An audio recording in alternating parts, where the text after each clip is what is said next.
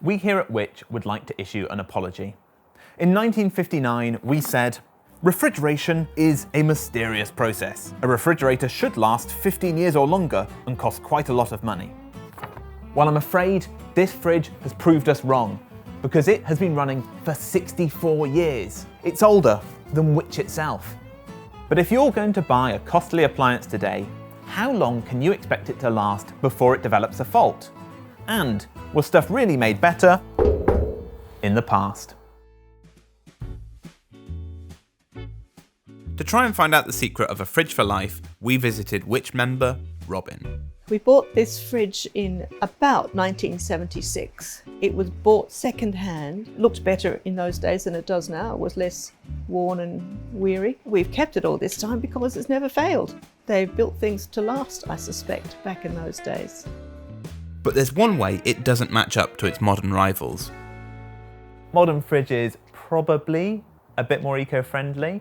I've got this here, and we will try out and see how much wattage it uses. This monitor measures the power required to run this fridge. Bearing in mind, this was 50 watts, that fridge there.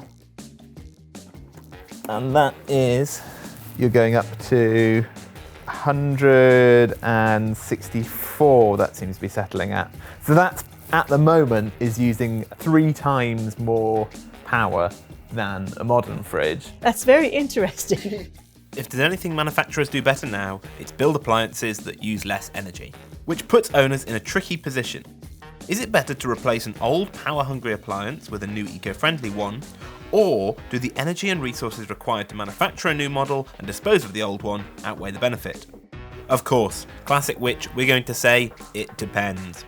But for an idea of scale, it costs about 300 to 400 kilos of CO2 to build a brand new fridge. It's probably about 100 to 200 kilograms to run that old Westinghouse for a year, compared to just 27 kilos of CO2 to run our best eco buy. However, disposing of an older fridge isn't so simple. The coolants inside, like CFCs, are also incredibly environmentally damaging, so you'd need to make sure it was taken away by a proper disposal service. I understand that it has quite a high energy consumption, but there's also the carbon footprint aspect of this has been going for 60 years. It's never had to be replaced. Nobody's had to manufacture a new one. I'm not going to replace it just yet. Robin's not alone. We heard from dozens of Which members with old appliances, including a 50-year-old chest freezer, a wizened washing machine, a time-tested tumble dryer, and this iron that predates the nation of Cyprus. I myself am the proud owner of this very heavy 1960s Kenwood mixer. I wanted to find out why so many of these are still going strong, so I gave a call to a professional bodger. Dorian is a YouTuber with a passion for vintage appliances. He takes them apart and restores them to their former glory. Back then it was so easy to get these things repaired. You could take them to the repair shop. That doesn't happen anymore because you can't take them apart without breaking them. And why do you think that is? Why have manufacturers decided to take that route? Convenience, cheap, and part of this horrible throwaway society. We visited a Which member who had a 1957 Westinghouse refrigerator. We found it was drawing a lot of power compared to their newer fridge. Is that something that you're familiar with, the energy efficiency changes? Back in the day, the appliances were of a low wattage, 300, 400 watts to power them. And then as soon as the 80s came along, they were sold on being more powerful. So one vacuum cleaner was 3,200 watts. That's equivalent to my heater that I use to heat the whole of the workshop. That was not a good thing at all because it didn't really make much difference. Then when the EU law came in, they were capped, and then people had to sort of think, right, well, how can we get the same performance and results from a lot less power?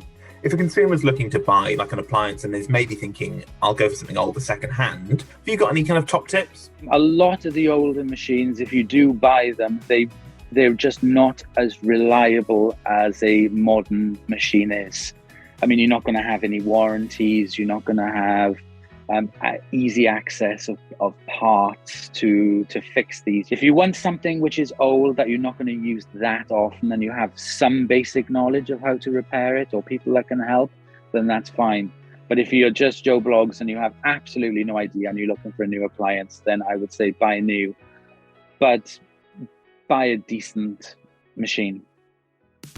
Our research has found that when you're looking at new appliances, the differences between brands can be huge in terms of how quickly they develop faults. We surveyed thousands of owners and found that the worst ovens and dishwashers were actually 5 times more likely to develop a fault in 7 years than the best. While with hobs, the difference is tenfold. And a third of the least reliable washing machines got faults before they turned 7. For more information, check out the Which website. We can't predict the future, but that 40-year-old washing machine that's still going strong, it was a 1985 Which Best Buy.